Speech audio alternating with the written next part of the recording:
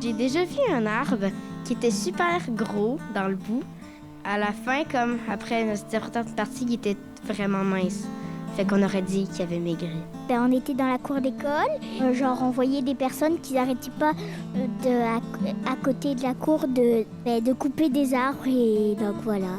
Moi, j'aimerais qu'on m'avise avant de couper un arbre devant chez moi. Pour la construction du tramway, beaucoup de monde pense qu'il faudrait protéger les arbres sur le bord. Vu que je suis plus en centre-ville, il n'y a pas beaucoup d'arbres.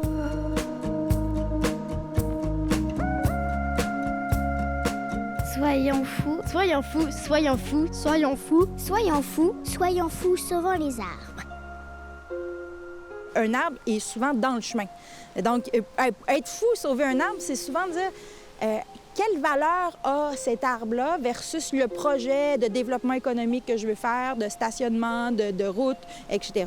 Et donc, donner une valeur à un arbre, quand tu sors dans les médias, quand tu as l'air de vouloir protéger un arbre contre 60 stationnements, bien, en fait, on a l'air fou, d'une certaine façon, d'un point de vue traditionnel. Par contre, je pense que cette folie-là est essentielle. La planète nous le crie en ce moment.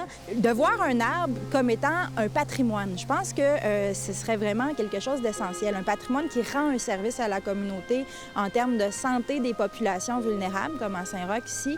On a des gens qui ne sortiront pratiquement jamais du quartier, des enfants qui, lors de leur chemin écolier, ne croisent pratiquement aucun arbre et qui passent l'été dans des îlots de chaleur, en fait, comme et Saint-Roch en ce moment. Donc, chaque arbre coupé est vraiment quelque chose d'irremplaçable. Quand on coupe des arbres, on vient priver donc les citoyens d'une pause de fraîcheur. On vient priver aussi la biodiversité. On vient donc augmenter les îlots de chaleur. Donc, ces arbres-là sont irremplaçables. En les voyant comme un patrimoine, on ne raserait pas un bâtiment pour passer des utilités d'hydro, par exemple. On ne couperait pas un bâtiment, justement, pour faire des stationnements. J'ai vu un arbre sur la rue Brown qui est vraiment gros et c'est vraiment beau. C'est mon arbre préféré. Il s'appelle Soleil. J'ai une amie elle avait une église à côté de chez elle qui avait vraiment beaucoup d'arbres. Et que là, ils ont démoli cette église-là. Ils ont coupé tous les arbres, puis il y en avait vraiment beaucoup. J'ai vu un arbre que j'aimais beaucoup, que je voyais très souvent, qui a été coupé. Puis je l'avais appelé Étoile. Il y a un arbre qu'on aimait beaucoup, qui faisait beaucoup d'ombre, puis il s'est fait couper. Ça a comme détruit un peu une partie de notre quartier. Dans mon quartier, il y a beaucoup de frênes. À cause de la grille du frêne, ils coupent beaucoup trop d'arbres. La plupart sont malades et ils en coupent beaucoup. Bien, en fait, la Ville a adopté une vision de l'arbre 2020-2025. On doit tout faire pour tenter de sauver un arbre dans un projet. Or, il n'y a personne à la Ville, il n'y a pas d'ombudsman de l'arbre qui viendrait dire « Ah non, cet arbre-là devrait être protégé. La foresterie urbaine regarde, est-ce que l'arbre peut être protégé? Non, on en plantera deux à la place. » Il n'y aura pas d'appel, il n'y aura rien qui vient, il n'y a personne qui prend la voie de l'arbre pour tenter de le protéger. Donc, il n'y a pas de cadre réglementaire sévère, d'amende, en tout cas asserti au projet de la Ville là, pour protéger ces arbres-là. Et c'est pas... donc, le service qu'il donne à la population n'est pas chiffré non plus. Donc, je pense qu'on devrait avoir des politiques beaucoup plus sévères là, pour protéger et empêcher la coupe d'arbres. On visait augmenter la canopée là, de 3 puis ramener un peu la moyenne, là, surtout dans les quartiers centraux comme Saint-Roch ici, hein, où on est à 12 on visait à augmenter de 3 Or, on s'est rendu compte qu'après un an en fait, de politique, la canopée avait surtout diminué.